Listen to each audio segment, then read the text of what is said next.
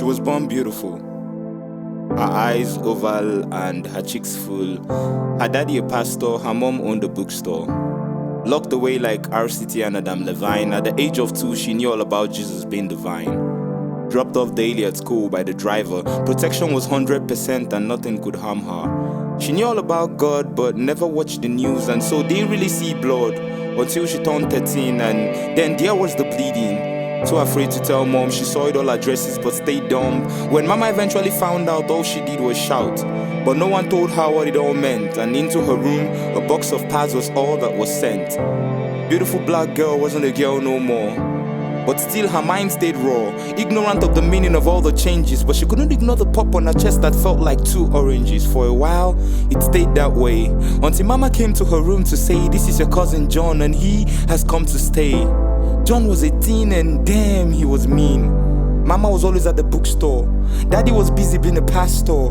They made sure she read her Bible but didn't really care about all that she went through. How John turned her into a slave whenever they went out. How he'd flog her with his belt and in her face abuses he would shout. Constantly starving her while he had takeouts. She was always terrified.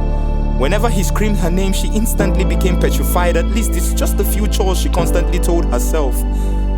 Until that sunny afternoon he came strolling down like an elf. She had just come back from school and the weather wasn't so cool, so she took a bath, oblivious of the fact that it was just her and a monster in the big flat. He opened the door slowly and crept in. She laid still, of course she was sleeping. Slowly her eyes went open. Her legs had already been pried open. The mass of his large body weighed her down. She couldn't move a limb and he placed a hand on her mouth so she wouldn't shout.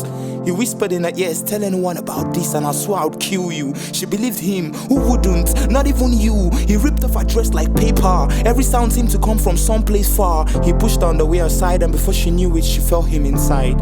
She struggled hard until she no longer had strength. She was clueless what this all meant, but she couldn't ignore the pain that she felt.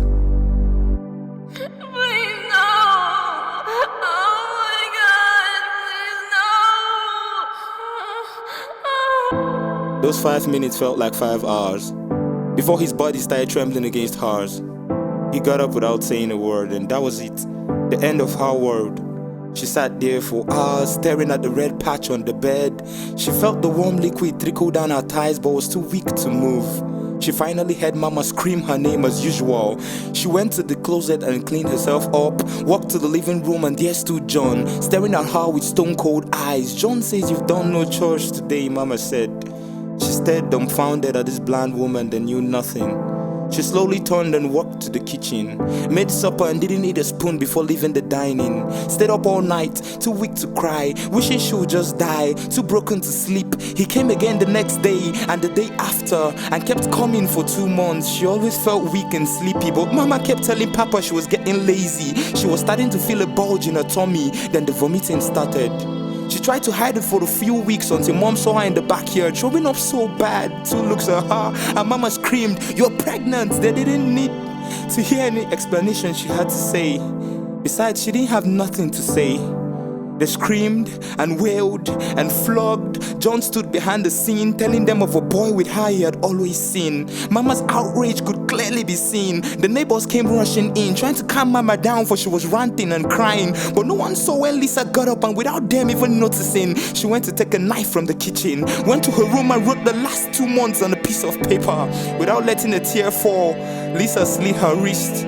The beautiful pent-up pain flowed out as one streak of salty lava burned down her right cheek as she exhaled her soul into the empty prison that had been her room and gained that eternal freedom. I wonder if God would send her to hell, because even before her body went cold, they all came rushing into the room screaming and threatening to kill her. Was all Mom yelled, but they met her lifeless chunk of flesh. John stared with confusion but mild satisfaction until the neighbor picked up a blood-stained paper clenched in Lisa's fist.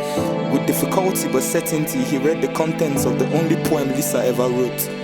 Papa in outrage pounded on John, and Mama for the first time fell silent and passed out from the pain. A little too late to show concern, for Lisa's last words read, "At least I won't get hurt no more by something I do not even understand."